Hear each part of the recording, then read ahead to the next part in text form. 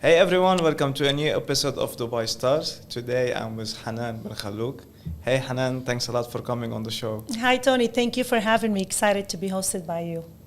Hanan is an author of a very amazing book. I'm gonna let you do the intro yourself. Sure. So my name is Hanane Benkhallok. Yes, the latest achievement is me becoming a published author, something I'm celebrating, of Seeds of Change. And I think we'll get to talk about it a little bit later. But to talk about my journey, so I'm in Dubai since it's going to be 17 years. Before that, I was in New York City, where I studied and started my career journey. And before that, I was in my native Casablanca, Morocco, where I was born and grew up and started my initial studies. Like the first question I ask all of my guests, why Dubai? What brought you to Dubai? And how old were you when you came to Dubai? Okay, so I didn't come and look to come to Dubai. Dubai called me. And if you read my book, you'll see that, because I talk about my journey in the first chapter, and I call it the Dubai call. I was just visiting my sister. It was a tough New York winter, still in March. And March here, the weather is amazing. So my sister lives here. I was visiting her. And to be honest, at the time I visited, it was right after 9/11, the famous 9/11 that shook the whole world, but definitely shook my world because I was there when it happened. The attack to the World Trade Center, I was there, it affected me. Definitely it impacted me as an Arab and Muslim. I felt that I couldn't really live the American dream that took me there.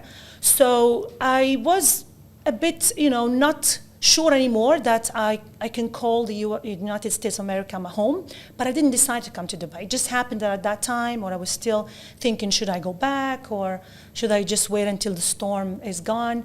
And as I was visiting, I received an opportunity to work here. So I was in my late 20s, and I thought, so my sister was like, we have nothing to lose. You still have a home, because I have two brothers who live in New York. Try it. The weather is nice. This place is happening. I think they will appreciate your, somebody with an American MBA who still can speak Arabic and from the Arab culture. Why don't you try it? And so that's how I started my career in Dubai. And I thought I will try it for a year, and it's home for me now. I love it. It's been 17 years. How long have you been here? 17 years? 17 years, yes. Wow. Tell me more about the journey, how it started, like step by step. Take me through it. Absolutely. So the company that hired me here and offered me the job is one of the diversified family groups. And since I was a franchise development consultant in the US, so I did my MBA and finance and marketing, and I started working in investment banking. I worked in insurance. I have a very diversified career journey. I'm really blessed because that's what brought me later on to entrepreneurship. And when I was in New York City, a coincidence, a story that happened that really marked me, and I think it was a trigger of what I'm doing today. I was called to help this woman, this Arab woman, who came to the US with her husband. She was married very young, typical, married to her cousin who brought her to the US. So for her, all her dreams was to get married and to come with Prince Charming, which means she didn't finish her school, she didn't have a career or anything. And then, it's diamonds were not forever, these two couples, so they divorced. And this young woman who was still very young, not educated, not fully educated, no experience. Definitely she wouldn't want to go back because she's going to be called a failure. So someone called me and said, let's see how we can help this woman. I sat down with her. Of course, you can help people with money 1 week, 2 weeks, 1 month, 2 months, but I thought this is not sustainable. So I kept discussing with her, and then I found out that she had a hobby of making jewelry, just like a hobby. And I thought, okay, well, let's see how we can convert this into a money-making business. So I was still a student myself at the time. So we all gathered some fund, small fund, bought a table for her in flea markets in New York, and she bought some jewelry because she couldn't make enough to sell. And she started selling her jewelry, her handmade jewelry, and that's, these kind of items are really demanded in the US.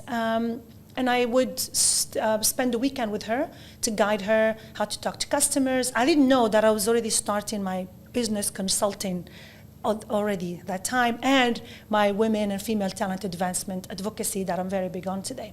That woman started making $200, $300 a day after a couple of weeks, and after a year and a half, she owned her own shop. Wow. So to me, that's when I look back. Maybe at that time it didn't mark me. I thought I was just helping somebody out of humanity. You can't let people fail. But I realized that I had a talent of helping people convert a talent or an idea into a money-making business. So her story called other Arab people that were coming, didn't have the language, they couldn't really land a job, they wanted to start any micro business. And so I started giving them ideas. They would want to buy franchise, but don't know. And then I thought, you know what, this is really growing, so let me go and get a certificate in franchise development. So that's how I got into the franchising business, adding it to my career, and that's what opened the door to me in Dubai. And so I was working as an operations director across the GCC for a portfolio of franchises for this group. And of course, that itch of helping entrepreneurs stayed with me, so I was on the side. People from my surroundings and were introducing me to some young entrepreneurs that needed help, and one of those were the reason that I found out that there was, at the time in 2007, His Highness Sheikh Mohammed was working on a project that became later on Mohammed bin Rashid Foundation. Today it's called Mohammed bin Rashid Foundation for Knowledge. And I don't know how the universe conspired, and I was called by the executive office to have an interview to end up running or heading entrepreneurship and innovation programs across the Arab world. Wow. So that was the shift. Once I was in the foundation, being in charge of those studies that look at how can we create an environment that is conducive to entrepreneurship. How can we work on having more entrepreneurs rather than youth that are looking for government to find them jobs, because that would not sustain us. And I talk about that in the book. There's a chapter that's called the 100 million shift, and I don't want to burn it here, so people will find out what that means. For me, it was really about how do we work on a macro level and help create mindsets that can create value. So that's the third stop, so the first one was in New York, then Dubai called me, then the third stop was working at this foundation, helped me really validate what started with that woman in New York. I thought it was just a coincidence, but when I was there, I was exposed to some studies, one of them that I supervised on behalf of the foundation, and that PwC, PricewaterhouseCoopers, conducted on behalf of the foundation, is called the Arab Human Capital Challenge. It was in 2009, it's available online, the report is available. And that report showed that what we study in our educational institutions in the Arab world and the skills that are needed in the workplace, there's a huge gap. So whatever we learn does not really equip us for the workplace. And being exposed to that gap, I said, I don't want to be the one who points the problems. I want to be part of the solution. And that's how I started my entrepreneurial journey. Sustained leadership, how can we help sustain the leadership of the Arab world? How can we help build sustainable organizations that are value-driven, that are people-driven, that are human-centered? And that's what I've been doing for the past 8 years. Amazing, it's a beautiful calling, but I'm just curious to know, the challenges that you were facing. I'm sure there was a lot. Of course. There's a big list. Yes. The thing is, as entrepreneurs, we get so excited about our idea. We're so passionate. And you think, just because I know, yes, because I know there is a need, and then you have the plan, and you think the minute you decide it's just going to work according to the plan, and then you get, shocked with the first that no, it's not always like that. For example, and I'm saying that in full transparency, all these ideas that we were advocating for, part of the foundation of His Highness Sheikh Mohammed bin Rashid, were programs, some of the ideas we initiated, and I thought, I want to continue this call. That's my calling. And some of the private sector companies, for example, that were so into these ideas, wanted to be part of them. Actually, they were not. Well, they did not want to be part of the idea only. They wanted the name. So when you go to them as a small business and see, you said that you're interested in making this change, whether about female talent development or youth development or organizational change, and they look at you, you're small, you're not one of the big four. no, I don't want to work with you. They don't say that to you directly, but that was the first shock because it's exactly the same work. It's just that my name is Hanane Benkhallok and my company is new. And that was the first struggle. Financing, of course, when you start alone, as a startup, there are costs of setup, there are costs of running. Of course, I made sure that I have that 6 month at least emergency, cover emergency fund. But I tell you, I got to some instances where I felt, as they say, I was going to drop the ball. I just thought, this is never going to happen. But again, I went back to what I call my 3 Ps, the success. Again, after I started, when I took off, I went back and I thought, those are my 3 Ps, and I suggest that. And I do a workshop about them for entrepreneurs and young career, people who are just starting their careers. It's passion. Of course, you need to be passionate about something. That's what keeps you going. If you're not really passionate and obsessed, I would say, not just passionate, you need to be obsessed about making that change. For me, that problem that I was exposed to, that woman that I saw in New York, I did not want to see women like that anymore in the Arab world. I was obsessed about that. I cannot see somebody who's helpless just because her husband left her, for example. So that was the first peep. So once you know what you are passionate about, you will start. You know what you want to start, and it will keep you going when you face challenges. But it's not enough, because you can find out, yeah, I'm passionate about this, okay, but start something. So the second P is proactivity. You need to be proactive. You need to start something. You can't wait for people to come help you. You have to start knocking doors to make it happen. But even when you knock doors, and that's what I went through. So all these 3, they came to me. It's not a theory, because I lived them. The third P is persistence, because not every door you're going to knock is going to open the first time. So you need to be persistent. You need to take those no's and don't take them personal. You cannot let that make you really desperate, that, oh, nobody wants to help me. You have to be persistent. And I think through that, that's what got me to where I am today. And I would do it all over again if I had to come back, really. So beautiful journey, why wouldn't you? I just want to ask you, Hanane, even in my daily life, I always run to people, and then these people, they were like, we don't know what you want to do in our lives. And I'm like, what's your passion? And they were like, we don't have a passion. What do you like? They were like, we don't like anything. This type of people, how can you help them? How can you let them find something? Yeah, of course, I do. And like I said, I do this workshop of the 3 Ps, or I do it as coaching as well. I just ask them to look back since they were children. What were the activities that they enjoyed? Everybody must have been enjoying something, even if it sounds silly, even if it sounds that it cannot be converted into an activity. So what is the talent? When people describe you, even when you were a kid, when you were playing with your cousins or your friends or in school, what would they say Tony was good at? What is the skill that you remember that you were always, when you played games, how were you winning? What are the games that were you winning? So we work with them with questions and evoking from them until we find talent. It's really as simple as saying, when among your siblings, everybody has a skill. Everybody was good at something, whether it's organizing the house, or winning at certain game, cards game, or cooking the kitchen, or helping the mom, or whatever it is, or memorizing things. Everyone has certain kind of skills.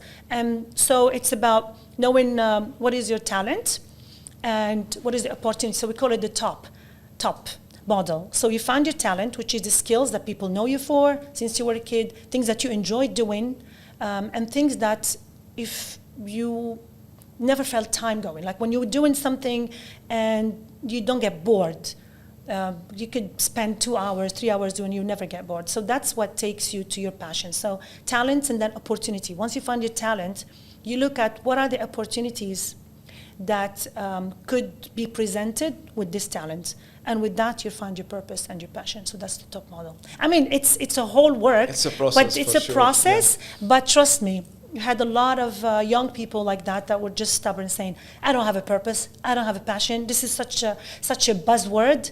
But if you're willing, obviously, as they say, you can take the horse to the water, but you can't make them drink it. So there has to be that will. I want to find what my passion is. But if somebody is not willing to move, is not willing to change their life, then there is nothing you can do to help them. So there is a big part, as they say, 10% what happens to you in life. 10% of life is incident, 90% is decided by how you decide to react to it, no matter what the event. That's why you see same events, same schooling, same problems or issues or crises, different results among different people. Because 90% is decided, you say, okay, there is a problem, I decide to react to it that way. So the first affirmation or the first realization that we need to know is that we can't keep blaming. We can't be passive and blame everything. Oh, the market is too crowded, there's a crisis, there's corona, there's this, there's nationalization, all kinds of excuses. It's, that's what will decide. If you decide to be proactive, to take charge, as you say, Tony, and then you will find ways how to find your passion, how to find the opportunity, and how to build that skill. Maybe you'll find that, okay, I like this, but I don't have this skill. Then you will find opportunities how to cultivate that skill to make it, conducive to bring you an opportunity of work, an opportunity of success, or no matter what it is. What I'm finding recently is like I'm feeling people don't want to work anymore, don't want to do any effort. It's like, I'm not talking about my businesses. Luckily, I have the best teams. They're all passionate about what they're doing. They're doing amazing. But if I'm using a third party, like whatever service I need, is like I ask them, okay, how much this will cost me? What's the time frame? 1 week. That's the cost. Great. Transfer the money. 3 weeks later, there is nothing. Why? Oh, it's Corona. But eventually, it's not Corona. It's just people, like, they just want the end result.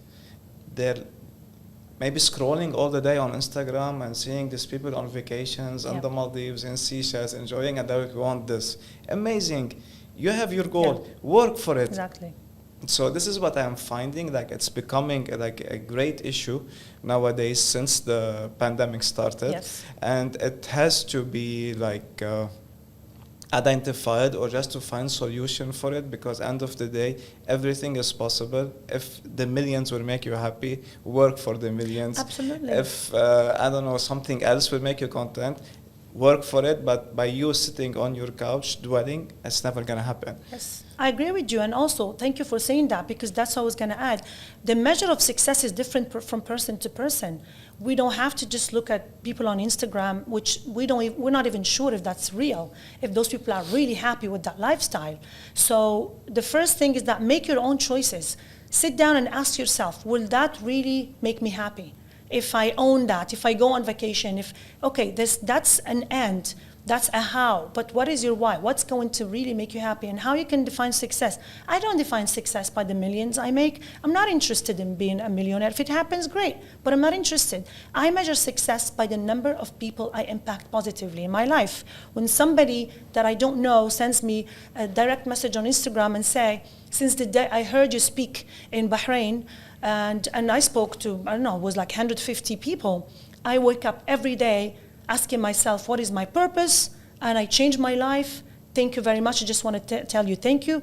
That's not $1 million could give me that satisfaction. Yeah. So, and I'm not really speaking fluffy stuff. It's real. This is real. Because impacting people's life and paying it forward. So that person who said that, she said she was bored with her life. She never knew what was her purpose. And when she heard me speak about purpose, it triggered her to start thinking and reflecting, and now she's helping other people, and that's how we multiply the positive impact. At the end of the day, if we haven't learned a lesson from the past 18 months, when are we going to wake up? True. That with all the money, we could not stop this. It takes more than money just to live a fulfilled life. People with money were stuck.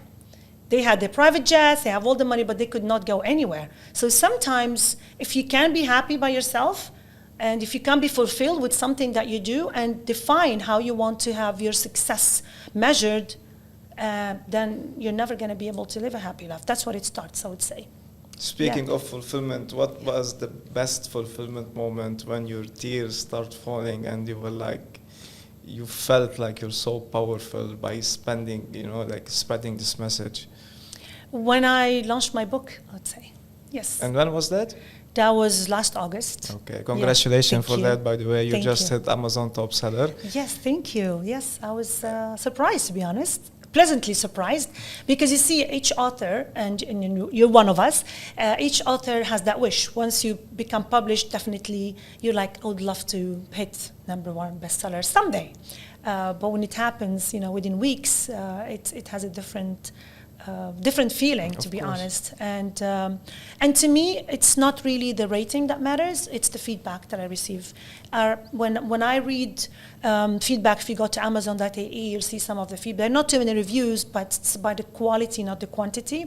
When someone says the word that you have dreamed of hearing about your book, when I intended to write that message, to write that book, and to spread that message, that's exactly what I was dreaming about hearing people say. And if somebody who I don't even know says those words, it's priceless. And really, I had tears of joy, because I'm like, that's it. This is my legacy that I want to leave after I'm gone. And even if just one person has been impacted and understood the message and is talking about it, and who doesn't even know me, that's, no money in the world I can use to buy something like that. Of course. Yes. Let's talk more about the book, Sure. if you don't mind.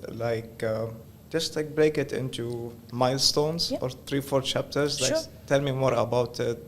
This book the message is for who? Yeah. And Sure. please. Yeah, of course. Well, let me just take a little bit back. When I decided to start to write the book, it was in November 2019. And I thought, I've been working for a couple of decades now, and because I started working when I was in university as well.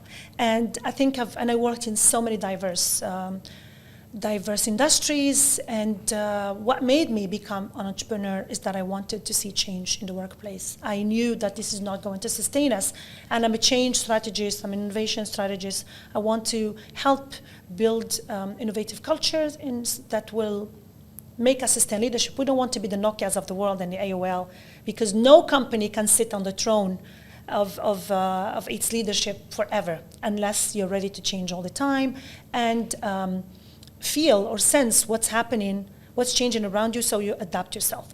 So the idea came to just spread that message that the world is changing around us. So it was November 2019, I decided, started writing, and then March, we had the biggest case study. I can't say I was happy it happened, but I was happy it validated my message. Because when I used to pitch these ideas of how we need to bring more of human centricity to business, think of your customers as human beings, so when their behaviors change, you're ready with the next product, with the next service, because technology is disrupting us. So when Corona happened, or the Corona crisis happened, it woke everybody up that, yes, things are changing around us. And if we don't adapt to the environment, then we're going to be dead. So it's really disrupt or die. So the message is for everyone. Could be somebody who's just starting his or her career, could be an entrepreneur, could be already an established business, because again, the word established is no longer valid. You're never established, because you need to be always changing. And also to government, because at the end, how do we plant the seeds of change to sustain our leadership? And seeds is also a framework that could be followed as it is, as a methodology. It's about sense, because today we can't predict change. We can't always have all the facts to make decisions, so we need sometimes to sense what is right. Second is E, for engage. We can no longer take decisions alone. We can't sit in oval offices with the big four and decide, oh yeah, this product is good, let's launch it. You need to go outside, listen to people, immerse yourself, watch them. What are they saying? What are they dreaming about? What are they complaining about? That's how you get your next big idea, not by sitting and listening to consultants. You need to feed from the people, from the outside in. We used to do inside out, now we need to do outside in. And that's what I explain in the engage.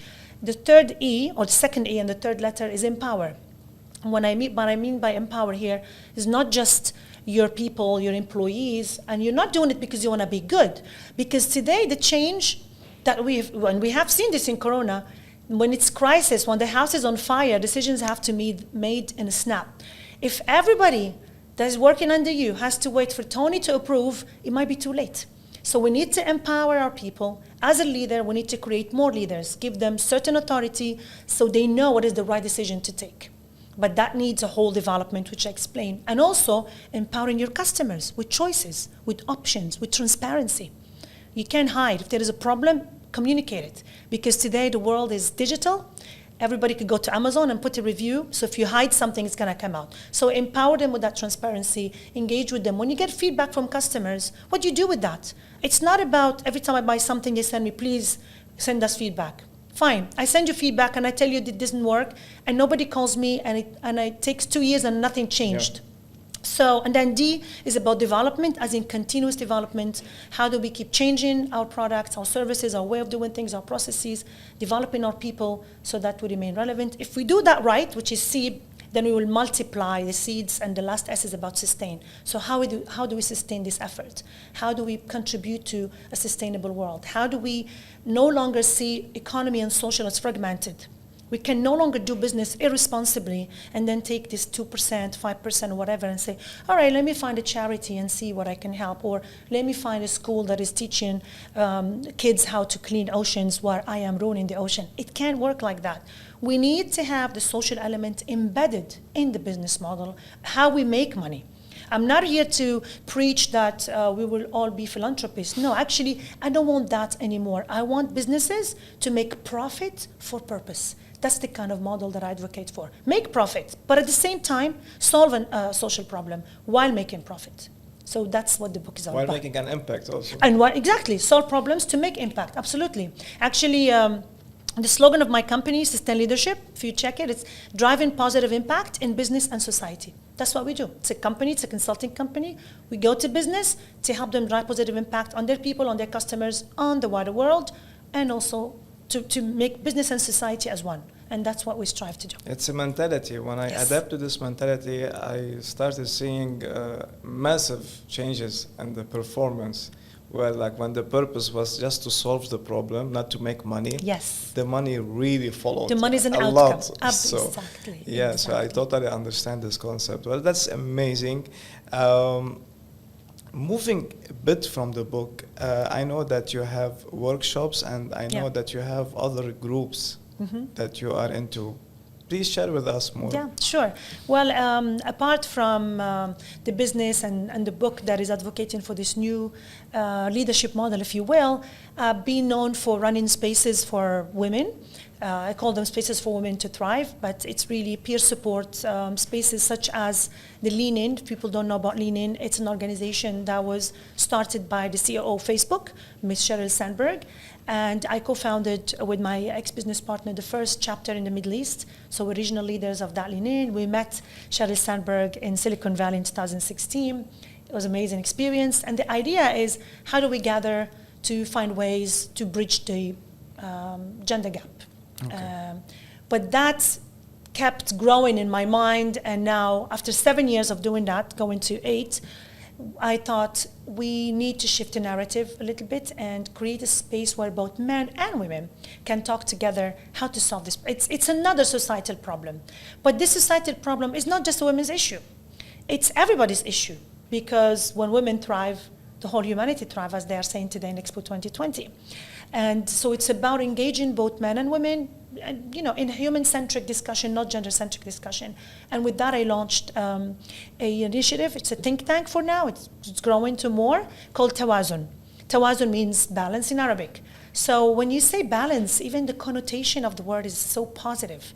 And I want to shift the narrative from equality to balance, because I personally don't believe in equality, because that limits us to just benchmarking to something that already existed. Yeah. Why can't we create new rights for women? Why does it have to sound like we are battling, that we are rivals, that we are divided? So we might reach the same or more, but when we start pitching for balance, we are engaging both. We say, we don't want women to take over, and then men leave and then women are taking over. No, we just want balance. It just happens that today there are less women at the top, so we want to bring more women. We are focusing on more women so that we can achieve balance. It's not that we want to push men away. And that's the message that I want to get there, that yes, we need you as one man to work together. How can we bridge this gap? Because it's not about putting women in the workplace or in the top decisions. Because if she's going to lead with the masculine model, we have not served the purpose of diversity. We're talking about diversity. We want feminine leadership and masculine leadership, which is you know, and I don't want to get too philosophical about this, but really, it's when we talk about feminine attributes, we're talking about empathy, we're talking about collaboration, risk aversion, and these attributes can be taught to men as well, except that they are innate in women. So when we bring in more women to the business will also benefit, because when you have diversity, you have creativity, you have different perspectives, you have innovation. So with these spaces, that's what I'm trying to create. Tawazun is very recent. I invite everyone to join. And it's not just about gender balance, it's about building balanced people, balanced work environments, and balanced society. And the slogan is together for a more balanced world. And if we haven't learned that from the past 18 months, then we haven't learned anything. We need more balance in the world. Where do you find the challenge? And is it in the corporate life? Is it in the house? Is it in general? Like, where do you find challenge making the woman feel like she is equal, balanced, or even superior? It's really about how you see, like these gender stereotype roles, for example. So when the woman is now she wants to work and she wants to take high positions, but the society still sees her as the only one responsible of managing the household, for example. So what is the balance here? She cannot be out, do 50-50 out, and then do 100% back home. And that's why we're talking about balance. So that's the challenge of keeping this life balance. But sometimes we are guilty of that. I'm not here to blame only the other gender. Sometimes we as women, and I say that to all the women in our spaces, we are guilty because we feel that we want to have it all. We want to be super wife, super mom, super good looking, super boss. We don't have to be super all of that. We can just be good. It's done. We need to get things done. We don't have to be perfect. So, and that's why I always call women to call for support, call for help. Maybe you're not talking to your partner to engage him into helping you in other things. Because sometimes we need to talk. We can't just assume that men are not willing to help. Maybe we need to educate them on how they help us create this balance. But if we want to assume all the responsibility and we want to say no, that we've got everything under control, then it's our problem. And that's the kind of messages, this is the kind of change, of shift in the narrative that we want to create with Tawazun, to bring in these case studies, to talk about them, and to confront both men and women with, it's very simple. Just sit at a table together and discuss it and challenge those gender stereotyped roles that are forced by the society sometimes. They're not real. Society are ruthless. I'm going to talk about Lebanon, the country I come from. Okay, so we don't put it in the Arabic word. Let's put it somewhere. Yeah. So it's like if a woman is working and the society will like this, what kind of a mom she is, she's leaving the kid with the nanny. What kind of a kid he will be when he grows up being raised by the nanny. When the mom works, society will jump on the husband as like, what kind of a man you are. You're leaving your wife to bring the money. She lost respect for you. Yeah. So this, I don't know how to call it. I mean, but this one has to be broken. Yes. And I don't know how it's going to happen because I am seeing even with the new generation, people are listening to the previous ones and it's being like inherited. But that's what we aim to do. If we raise awareness, if we create good content, if we bring in these examples, if we face people with the question, because like I said, when I started confronting many women in my spaces, do you really want equality? Or you just pick and choose equality and rights, but not obligations? They started telling me, oh, never thought about it this way. You're right. So the same way I impacted a few women who started shifting, and started having different talks with their partners, started understanding that sometimes it's not fair when we just look at ourselves, we don't look at engaging the other part. Maybe they don't know, maybe they're ignorant about what we want. It's our responsibility to say, hey, this is what I want as Hanane. It doesn't have to be equal. As Hanane, I don't want to be equal to men. So why do we have to generalize that women want to be equal, and then when we start giving them that equal opportunities in the obligation, they start saying, but that's not what I want, this is too much, I'm a lady.